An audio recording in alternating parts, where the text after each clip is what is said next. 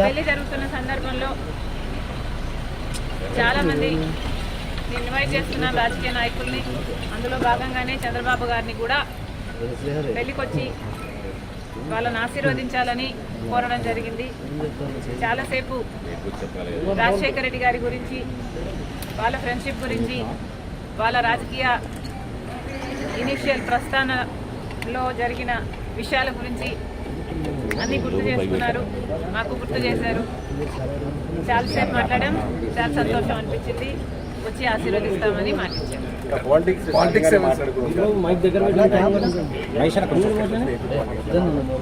లేదమ్మా, actually mostly Rajasekhara Reddy గారి గురించే ఆయన ప్రస్తావించారు.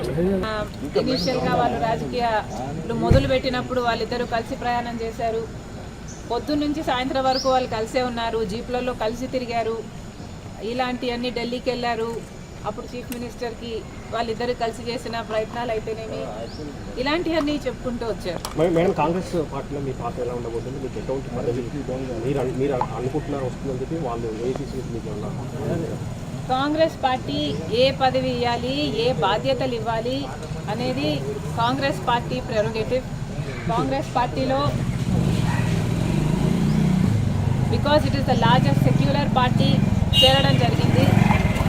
రాహుల్ గాంధీ గారు ప్రధానమంత్రి అయితేనే మన దేశానికి మంచి జరుగుతుందని, కమ్యూనల్ వైలెన్స్లు తగ్గుతాయని, రాజశేఖర రెడ్డి గారే రాహుల్ గాంధీని ప్రధానమంత్రిని మనస్ఫూర్తిగా చేసుకోవాలి అనుకున్నారు. కాబట్టి అదే జరగాలి, అది జరిగితేనే మన దేశానికి మంచి జరుగుతుంది అని చేరడం జరిగింది. ఇంకొకసారి చేరిన తర్వాత వాళ్ళ చేతుల్లో మనం పెట్టుకున్న తర్వాత వాళ్ళు ఎలా ఆదేశిస్తే అది నమ్మకంగా చేయాల్సి ఉంటుంది. ఈ అన్ని రాజకీయాలు ఎట్లా డెవలప్ అవుతాయి, నాకు ఏ బాధ్యతలు ఇస్తారు అన్న దాని మీద డిపెండ్ అయి ఉంటుంది. So we should all wait and see.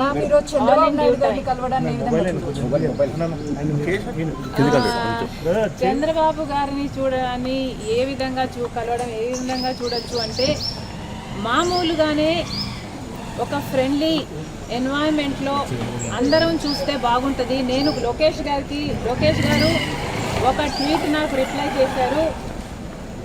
ఆ సందర్భాన్ని కూడా రాజకీయంగా చూడకండి. చంద్రబాబు గారికి ఒక క్రిస్మస్ కేక్ మాత్రమే పంపడం జరిగింది.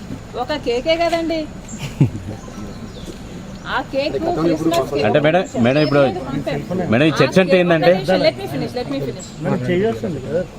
ఆ కేక్ కూడా మేము ఒక చంద్రబాబు గారికే పంపలేదు. ఇక్కడ కేటీఆర్ గారికి, కవిత గారికి, హరీష్ రావు గారికి, ఇట్లాంటి వాళ్ళకు కూడా పంపడం జరిగింది. యాక్చువల్లీ ద బ్యాక్గ్రౌండ్ ఈస్, రాజకీయాలు అన్నది జీవితాలు కాదు, రాజకీయం అన్నది మా ప్రొఫెషన్. మేము ప్రజల కోసం చేస్తున్న ఒక సర్వీస్. ఆ క్రమంలో మేమందరము ఒకరిని ఒకరు మాటలు అనుకుంటుంటాం. మేము రాజకీయ ప్రత్యర్థులం కాబట్టి అనుకోవాల్సి వస్తుంది, అనాల్సి వస్తుంది. అలాంటి బిటర్ని ఒక పండగ వస్తేనో, ఏదైనా పెళ్ళి వస్తేనో వాళ్ళకు ఒక కేక్ పంపిస్తే ఆన్ అ ఫ్రెండ్లీ నోట్, పర్సనల్గా బిటర్నెస్ ఉండకూడదు, అందరం ఫ్రెండ్లీగా ప్రజల కోసం పనిచేయాలి అన్నది కాన్సెప్ట్. ఇప్పుడు కూడా చంద్రబాబు గారిని పెళ్లికి మాత్రమే పిలవడానికి వచ్చాము. ఇది పొలిటికల్ కానే కాదు. చంద్రబాబు గారు ఒక తెలుగుదేశం పార్టీకి నాయకుడు, నేను కాంగ్రెస్ పార్టీలో ఒక కార్యకర్తను. మాకు రాజకీయంగా ఏ లావాదేవీలు ఉండదో, ఉండకూడదో, ఉండబోవు కూడా. రాజశేఖర రెడ్డి గారు కూడా తన సొంత పిల్లల పెళ్లిళ్ళకు కూడా చంద్రబాబు గారిని ఇన్వైట్ చేయడం జరిగింది. చంద్రబాబు గారు కూడా రావటం జరిగింది, మమ్మల్ని ఆశీర్వదించడం జరిగింది. ఇదేమీ వింత కాదు, విచిత్రం కాదు. సో దీన్ని ఒక ఫ్రెండ్లీ ఎన్వైరన్మెంట్ లో చూస్తే అందరికీ